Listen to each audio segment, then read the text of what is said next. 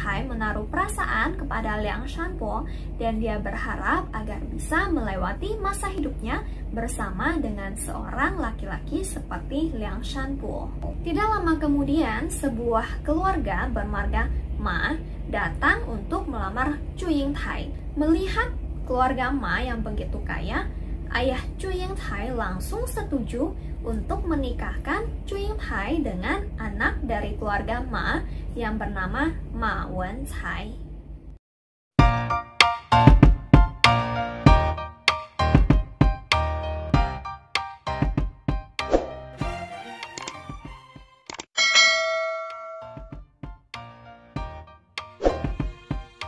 Chu Yingtai tentu saja tidak setuju dengan pernikahan itu dan dia langsung bilang ke ayahnya kalau dia hanya ingin menikah dan hidup bersama dengan Liang Shanpo.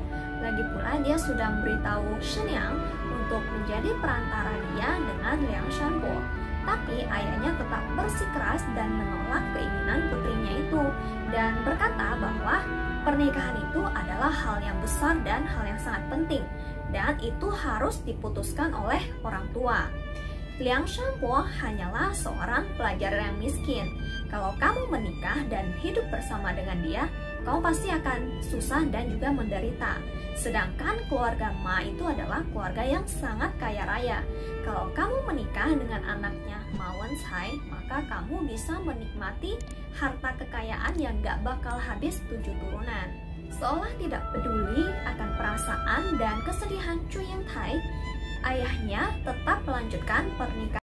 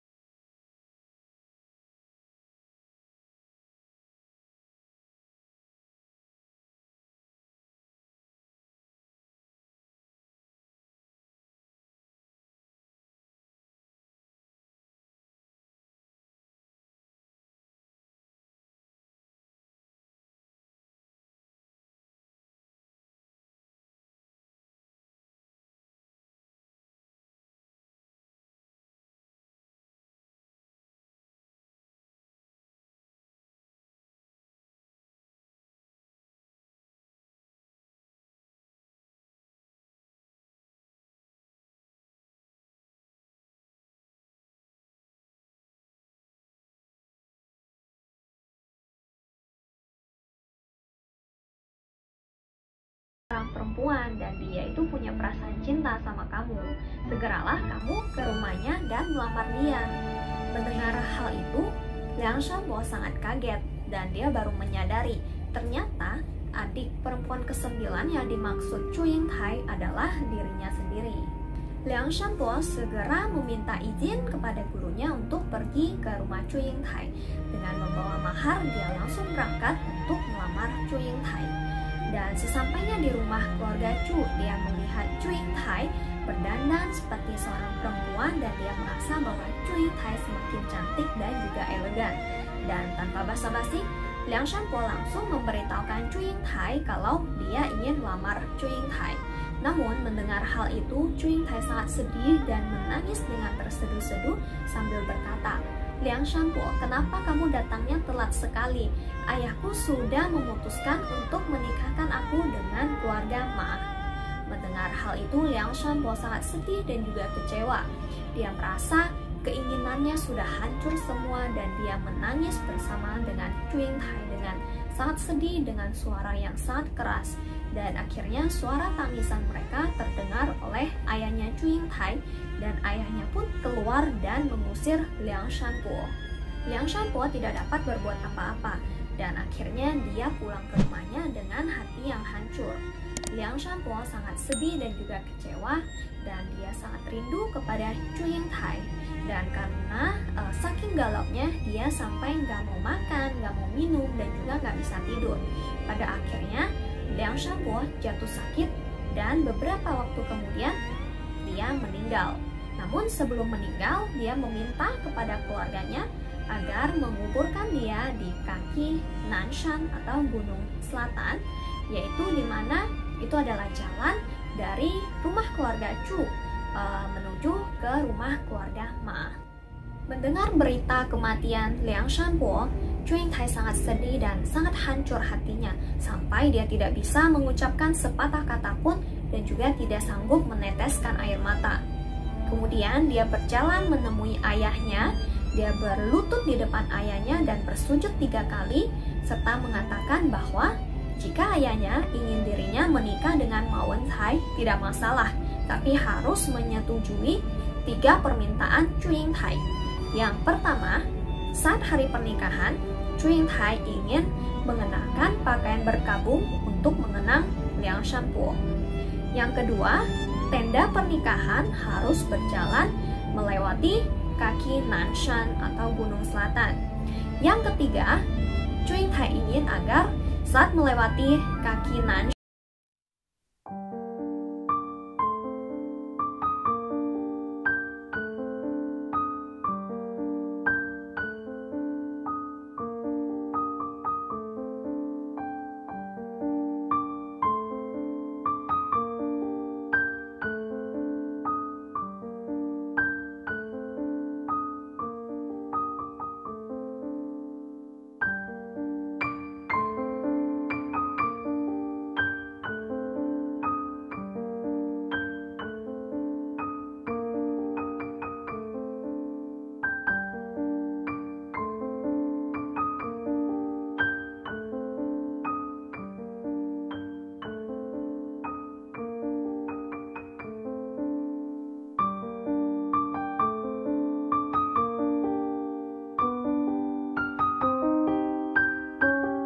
rombongannya Rama itu berjalan melewati depan kuburan Liang Shanbo.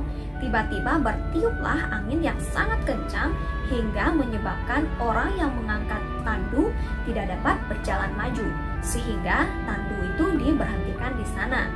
Dan setelah itu, pelayan Chu Yingtai mengatakan bahwa di depan itu adalah kuburan Liang Shanbo. Chu Yingtai langsung berlari keluar dan menuju ke kuburan Liang Shanbo. Chu Yingtai berjalan mendekati kuburan Liang Shanbo dengan perlahan dan berlutut di depan kuburannya sambil menangis dengan suara yang sangat kencang dan dengan hati yang sangat hancur. Tiba-tiba terjadilah hujan badai dan petir yang sangat hebat sehingga membelah kuburan Liang Shanbo menjadi 2. Chu Yingtai yang sedang menangis terseduh-seduh sambil meneriakkan nama Liang Shanbo melihat hal itu, tanpa berpikir panjang dia langsung melompat ke dalam kuburan. Beberapa pelayannya yang melihat hal itu berusaha menarik Chu Yingtai kembali. Namun, kubur yang terbelah itu segera menutup kembali. Orang-orang dan pelayan-pelayan Chu Yingtai yang melihat hal itu sangat terkejut dan tidak tahu harus berbuat apa. Tak lama kemudian, hujan pun berhenti dan muncullah pelangi. Terlihat sepasang kupu-kupu yang sangat indah terbang keluar dari atas kuburan dan menari-nari di bawah sinar matahari. Orang-orang mengatakan bahwa sepasang kupu-kupu yang indah itu adalah reinkarnasi dari roh Liang Shanbo dan Chu Yingtai yang saling mencintai. Oke teman-teman, itu dia cerita rakyat Tiongkok dengan judul Liang Shanbo Yu Chu Yingtai. Menurut kalian, apakah kisah cinta mereka termasuk kisah cinta yang romantis atau malah tragis? Kasih tahu pendapat kalian di kolom komentar ya. Dan Liang Shanbo Yu Chu Yingtai ini termasuk 4 besar cerita rakyat Tiongkok yang dengan tema percintaan yang sangat terkenal di China. Dan 3 lainnya yaitu Bai She Zhuan, Niu Lang Chi Nü, Meng Jiang Nü Ku Chang Cheng. Dan kalau kalian suka dengan video ini dan penasaran dengan 3 cerita lainnya, kasih tahu aku di kolom komentar ya. Dan sampai di sini aja video kali ini. Terima kasih bagi yang sudah menonton video ini. Semoga bermanfaat dan sampai jumpa di video selanjutnya. Bye bye.